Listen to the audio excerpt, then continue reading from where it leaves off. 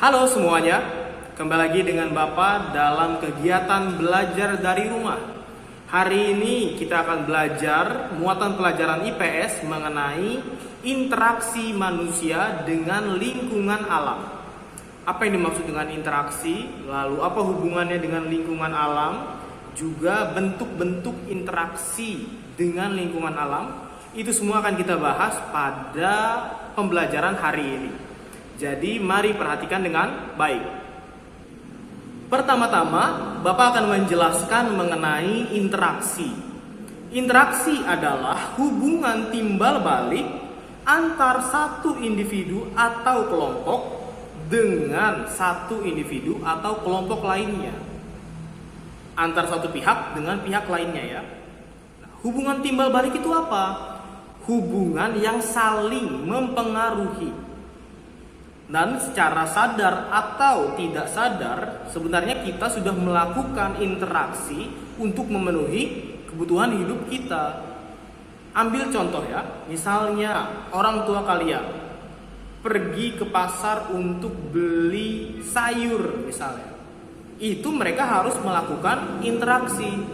Mereka tanya dulu apakah ada sayurnya, oh ada gitu kan. Nah tanya jawab itu juga salah satu bentuk interaksi ya. Lalu orang tua kalian kasih uangnya dan pedagangnya kasih sayurnya misalnya. Itu juga salah satu bentuk interaksi.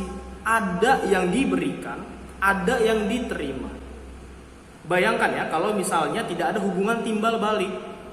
Orang tua kalian pergi ke pasar, terus tanya apakah ada sayur ini, tapi pedagangnya tidak menjawab misalnya. Apakah terjadi interaksi? Tidak terjadi. Terus orang tua kalian memberikan uang gitu ya untuk membeli sayurnya, tapi pedagangnya tidak melayani misalnya. Tidak juga terjadi interaksi.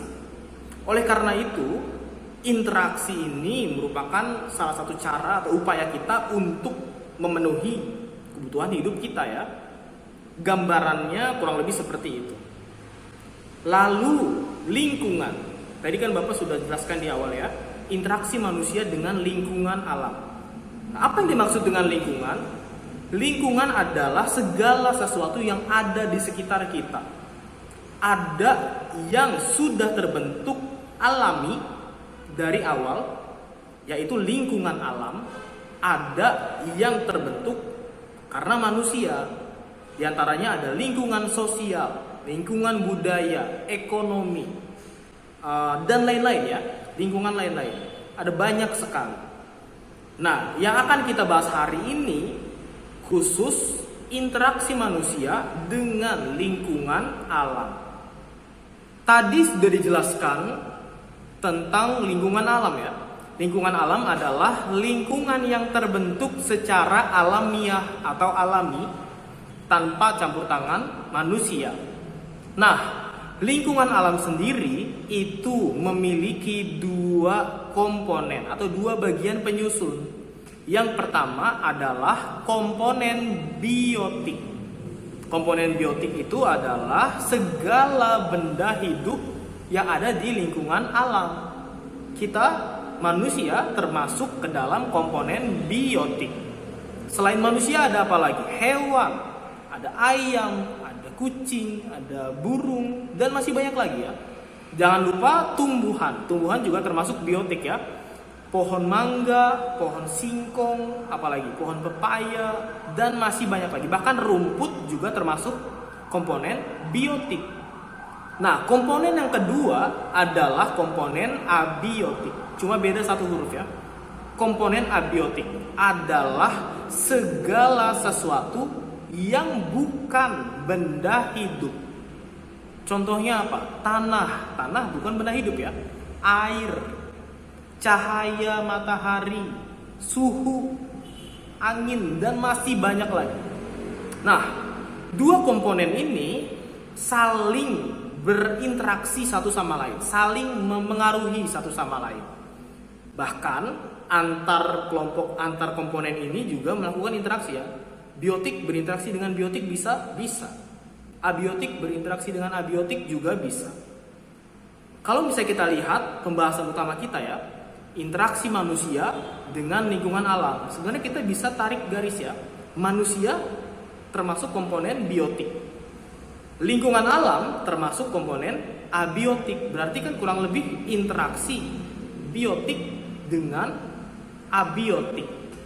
Ini sebenarnya akan kita bahas hari ini ya. Nah, interaksi manusia dengan alam itu dibedakan menjadi dua bentuk. Ada yang namanya adaptasi, ada yang namanya dominasi. Yang pertama, Bapak akan jelaskan adaptasi. Adaptasi adalah interaksi manusia yang menyesuaikan diri dengan alam. Contohnya, hidup dekat dengan sumber makanan. Nah, ini yang dilakukan orang-orang zaman dulu ya.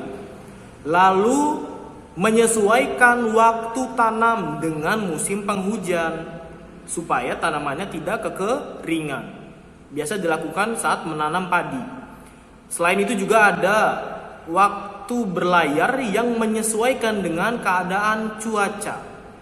Jadi kalau cuacanya sedang jelek, maka tidak berlayar ya. Sebaliknya kalau cuacanya bagus, maka dilakukan pelayaran. Dan menghindari tinggal di daerah rawan bencana alam. Ini juga salah satu bentuk adaptasi ya, menyesuaikan diri dengan alam, dengan kondisi alam. Dan masih banyak lagi. Kalian bisa coba pikirkan ya, kira-kira ada apa lagi contoh adaptasi menyesuaikan diri dengan keadaan alam seperti itu ya.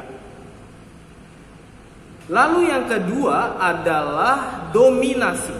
Nah, dominasi adalah interaksi manusia yang cenderung menguasai alam.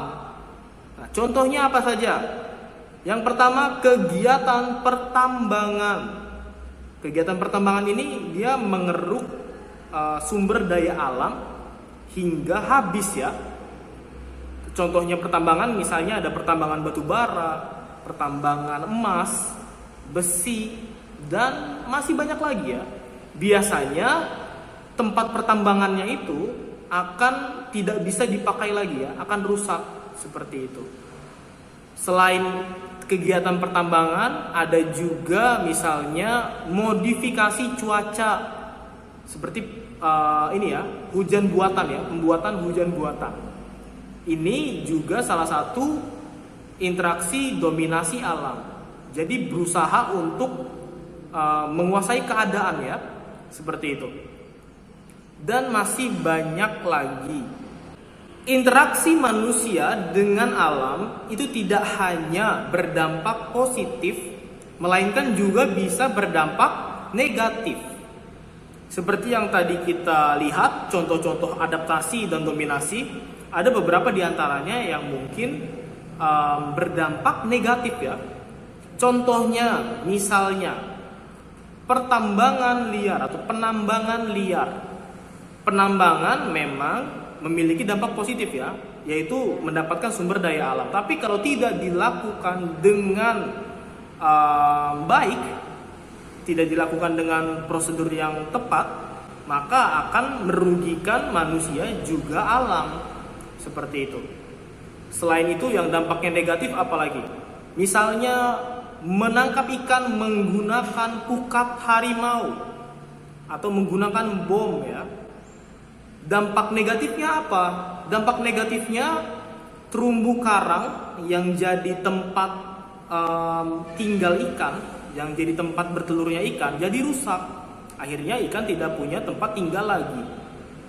Bahkan ikan-ikan yang kecil jadi ikut mati ya, sehingga tidak ada yang meneruskan atau tidak ada yang tumbuh jadi ikan yang lebih besar lagi. Seperti itu. Dan masih banyak lagi. Walaupun negatif, contoh-contoh yang tadi Bapak sebutkan itu merupakan contoh interaksi manusia dengan alam. Kalau tadi negatif, sekarang yang positif. Kira-kira yang positif apa? Sederhananya misalnya menjemur pakaian misalnya. Menjemur pakaian itu kita berinteraksi dengan cahaya matahari kan. sehingga pakaian yang kita jemur menjadi kering. Kita memanfaatkan cahaya matahari untuk mengeringkan pakaian kita. Tidak ada yang dirugikan, bahkan diuntungkan ya, pakaian kita menjadi kering. Itu yang sederhana. Atau yang lebih lebih kompleks lagi, misalnya melakukan reboisasi atau penghijauan.